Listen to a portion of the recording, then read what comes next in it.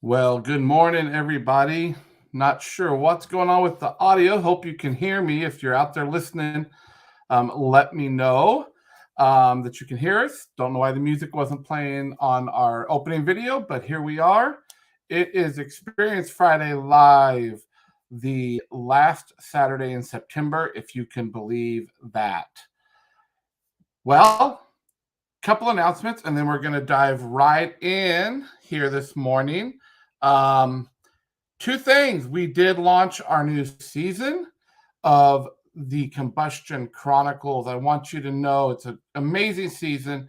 Women leaders in healthcare. First 4 episodes are out with Dr. Adrienne Boise, Dr. Karen Murphy, Ariana Dowdle, and Hillary Miller. If you haven't listened to them, go out on all the platforms and grab them and start listening to those. As well, we don't want to forget about a couple podcasts that I was on recently, the Mindset Nurse podcast, and then in October, we'll be in Austin at the X Day 2023 hosted by Question Pros. So very excited about that. Very excited about today. I have the two authors of this amazing book called Ripple of Change. I have joked with them. It's a very thick book. It's going to take me a while to read, but I have, and I actually read the conclusion because I was told to, and I kind of cheat every once in a while and do that. So I want to introduce to you Dr. Todd Otten. He's a board-certified family physician, Naval Flight Surgeon of the Year in 2006 for the Atlantic Fleet, former Chief of Staff and ACO Medical Director. He's married, a father, has a strong faith foundation, and many interests and hobbies, one of which I know he's at his lake house right now. And then Joshua J. Judy is a patient. He is a leader in the energy industry for over a decade with a master's in finance and a bachelor's in engineering. He's married, a father of two, a master mason who enjoys music, content creation, and various other pursuits. So let me welcome to the stage Todd and Joshua. Hey, you guys, how are you doing? Fantastic. Doing well. Thanks for having us, Well, Shawn. that is awesome. Thank you for being here with us here on Experience Friday Live. We start every show with the very same question. And I want to ask you both this question and let our listeners hear why you do what you do. And that question is simply, why do you do what you do? So, Todd, do you want to go? Absolutely. So, as a family physician, I loved seeing patients. It was an absolute joy. But unfortunately, a lot of the other things that come with it weren't so fun. And it led to this transition in my career more towards advocacy and really trying to challenge the status quo. And that stemmed from a few things, my story through burnout, some losses of some colleagues, but really, seeing that the struggles that my patients had and access to care, it was heartbreaking at times. And so that's why I do what I do. And as I've told many of my friends, I'm not going to shut up. Appreciate that. Hey, Joshua, what about you, man? Hey, Shawn. Yeah, thanks again for having us. So, the short of it is, I care, and I reflect back on something that Todd had asked me. What do you want to do with all this information? What do you want to do with all this knowledge, this medical, curiosity? And he said, because you should really think about going back to medical school. I didn't even know what to think about that. I was flattered, and when I thought, the answer was really simple because I want to help people. And that's why I care through my own struggles, through the healthcare system, through what I witnessed with Todd, who I've come to call now, not Dr. And it's Todd now. He's a friend, not just a co-author. I want to help others. I want to empower others. And I want to see a better system of care for everyone. Well, I love it. And obviously, Joshua, we haven't met in person. Todd and I have, and we have some of the same passions and some of the same things. And as I've gone through Ripple of Change, as I said to the listeners beforehand, what a powerful thing as you talk about your quadruple aim. We all know it if you're in healthcare, what the quadruple aim is, but I love your guys' approach to it. And as I also mentioned, and Todd had said to me, hey, Shawn, I know you haven't got through it all, but you got to go read the conclusion of the book. And wow, the conclusion was amazing. And I may pull out some questions around that. But I want to start actually with a quote that you actually, Todd, wrote. And it was pretty profound. And I know we've got some people in healthcare listening here with us. And it's simply, in a world where anything less than 5 stars or 10 out of 10 is often deemed a failure, results need to be instantaneous and costs minimal. Healthcare has set itself up to fail. What, I mean, that's speaking to my heart, Todd, because I've said something very similar, but why that quote? What was on your mind when you said that, wrote that? Can you let our listeners know? Absolutely. So, as a physician, we operate in a world of gray. Medicine is not black and white. In fact, the start of the book resulted of a poem I wrote called Medicine is a World of Gray. And it was about 2 years after I had gone through burnout. And it was finally starting to come out of those raw emotions and the pain and how that negatively impacted my ability to care for others. What my goal as a patient would be might be completely different from yours, Shawn, or completely different from Joshua's. My expectations, my wants, my needs. And if you think about it, we all have the same fate in the end. We're all going to pass away. And maybe a person's goal is that they want to pass away at home in peace. And how do we quantify that, right? There's no, that's impossible, right? And so to set up all these metrics where it's destined that we're supposed to be perfect when the ultimate outcome is death. Wow, what a paradox, right? And so that's where this quote came from. And in treating patients and talking with them, I would ask them what their goals are, what are their wants are, what are their needs, and then we would go forward as a team. And so that was really the impetus for this quote. Well, yeah, I mean, I love the quote. I think it's spot on. I've been known to say, Todd, you even heard me say it recently when we were together in Boston, that the system is set up to pay claims, and to make these, 5-star ratings and 10 out of 10s, not to take care of people. And, as a person who's walked through cancer, my listeners know that it is mind-boggling to me of what we do to patients and all. So I wanna dig into, you just talked about it. You wrote a poem. What inspired you both? What inspired you, Todd, to write this book? And then I'll ask you a question around it, Joshua. For sure. So, probably 3 components to that, as I alluded to. The first one was my journey through burnout and the pain and how I could not give my best to my patients when that was going on. And unfortunately, Joshua was one of many that experienced those days when, frankly, I struggled. It was a struggle to just walk into a room and smile at times. I would walk in between patients back to my office and in tears because my headaches were so bad, and I was putting oxygen on my face to try and get pain relief from my cluster headaches. I mean, that's just insane that I was even trying to do that.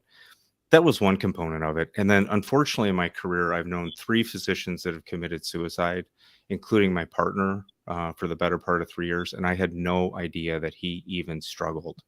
And that goes back to part of our training in medical school and residency to compartmentalize and be resilient and so on and so forth. And then the third component was just seeing the frustrations and the mistakes and the errors and the lack of continuity that occurred for my patients. It broke my heart, and it was daily. And I'm like, I can do something about this. I feel like I have it in me to check a box off my bucket list, so to speak. And here we are. Well, I'm gonna then turn it over to you here, Joshua. And what I want to know, how did you get involved with the book? We've heard that you were a patient of Todd's, but tell us a little bit about your journey with it. Yeah, absolutely. So the short of it is I was really struggling with my health, and it actually was a treatment, a medication, a particular medication that Todd had prescribed for me that really altered my life in a somewhat permanent fashion. And I didn't know when I would ever get back to a better place with that. And he actually prescribed it for neck pain, Shawn. Um, Now, ironically, Todd's still on this medication this very day. On the very dosage that really destroyed me, it helped him. And as he talked about, he was putting an oxygen mask on because of post-concussive pain. I had no idea that was happening between appointments at all. That really came out through the writing of this book, which, was a profound thing in and of itself. And so one of the visits, one of my checkups, I went in and we were really at the rope's end, right? There was nothing that was helping. And Todd said, "Hey, would you be interested in writing something? I'm working on this book." Now he was pretty early in the process at that point, and I had never written in that capacity. And I said, "Sure, of course, I wanted to help in any way that I can." And so he says, "Well, do you know about the triple aim?" Said, "Never heard of it." Quite honestly. He says, "Well, why don't we write a book about the quadruple aim?" And I said, "Sure, why not? What the hell do I have to lose? It's just 33% more of something I don't know about." So, but I did know one thing. I knew I cared about this man as my physician and now friend. I cared about making a difference for people. I didn't want to hold my story in anymore because I got to a point where I knew it could help others, and I just didn't want to carry that baggage anymore. So when he said just right, it was probably turned out to be the best prescription that I've ever received of any treatment plan ever. And it's turned into something amazing. And I'm blessed to be part of it. Well, thank you. Thank you for sharing your personal journey. Yeah, again, to me, it goes back, you guys, to this one size doesn't fit all. But yet we try to set healthcare up to be very much that model. So Joshua, you also said a quote that I want to put up, and it's a pretty powerful quote, and I hope our listeners really take heed to it. That I think of all the doctors and patients out there, ourselves included, afloat in a large swirling garbage patch. If the system feels fatal to you, it's because it often is.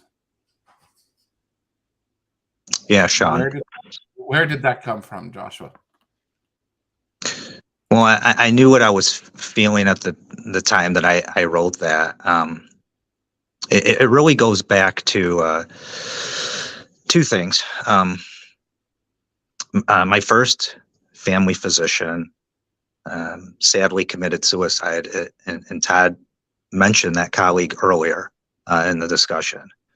And I was thinking about him, and then I was thinking about Todd, and my second family physician who walked away from medicine at a very early age.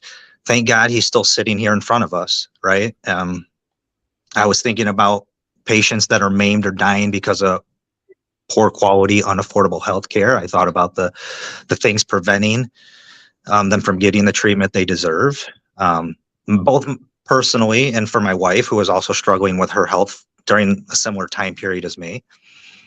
And I thought about why, what can we do to fix this? Why should we care? Because the system shouldn't just be about money. It should be about the human beings, and they're people. They're not robots. We're not meant to just check boxes and fill out forms.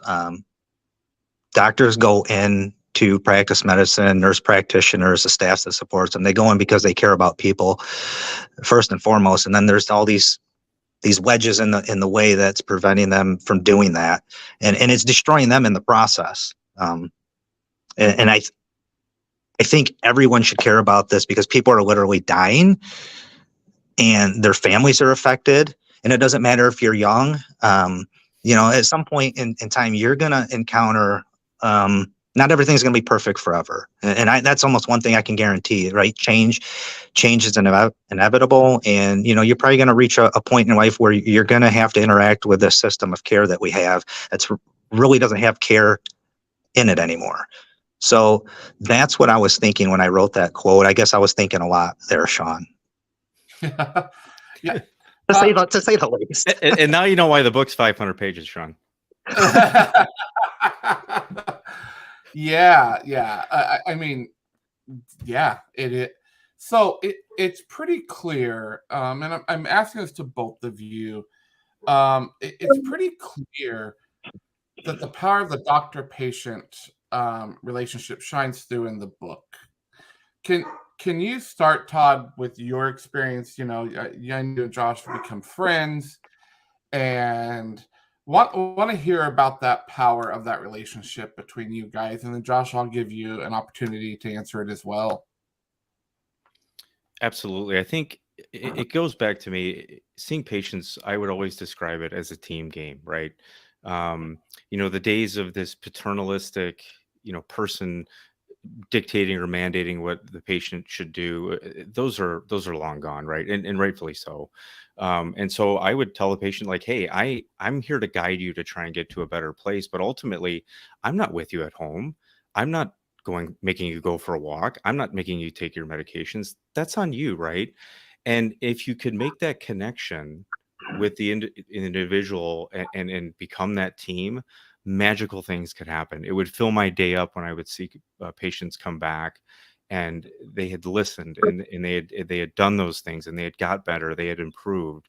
And partly that's why it became so frustrating for the issues Joshua had, because I knew I couldn't fix him. It got to the point where I was running out of ideas despite my best efforts. So taking that different approach to just right, I mean, holy smokes, did that open a whole can of worms, and take us to this point. And I see going forward, I see where just this little microcosm of what we created can be extrapolated to a much bigger scale.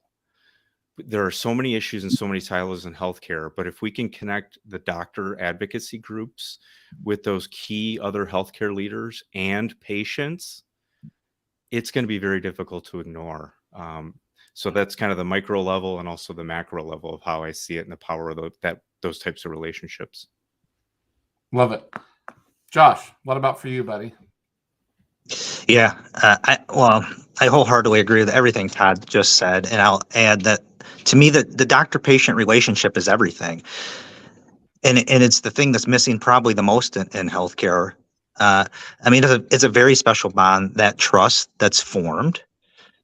And it's more than just about treatment plans, right?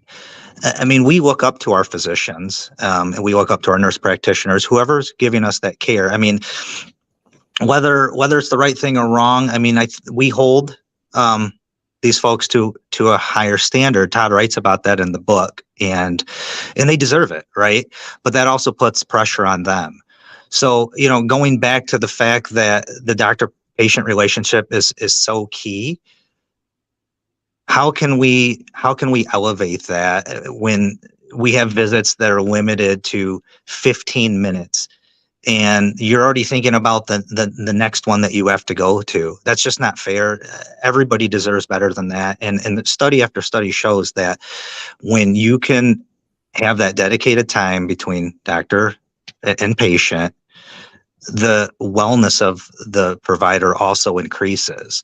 I mean, so this is a cornerstone of getting to a better place. And that's why we believe in it so much. We need to get back to rebuilding that trust and that doctor-patient relationship. We need to give the space to do it. Awesome. Well, listen, you guys, there's a healthy discussion happening in the comments, and I'm loving it. I want to bring up from another healthcare disruptor, innovator, or as our friend put it a little earlier, Todd, our ruckus making, our friend Denise. But Jeffrey writes, my question is, how do we truly change and improve a broken system that was only first designed for the rich and famous? I'm going to let both of you take a stab, or one of you. just real fast. How do we truly change that? Well, clearly there isn't just a switch to flip, rather. But I think, there are 337 million people in this country. If each and everybody took one little pebble and found a pond, those ripples will coalesce into waves and hopefully a tsunami of change. So pick an area and go for it. Love it. Beautifully said. Beautifully said, Todd. I love it. And I'm gonna be a little cruder, and this is probably typically Todd's role, but I'm gonna say we want to stir some shit up, and we're not gonna stop until until it happens. So we need to get people fired up, and sometimes that means just going in and asking how your physician's doing that day. I had a recent experience where I did this with my new physician, who took over actually a lot of Todd's patients, and it changed the whole interaction. I got extra time with her. Okay, that's a small interaction, but on the flip side, we're building that coalition with thought leaders and physicians and patient advocacy groups to go and challenge the C-suite, go and challenge the hospital administrators, go and challenge the policymakers. Ripple of Change is all about empowering and being able to ask those questions. And then a big thing is not being afraid to do it.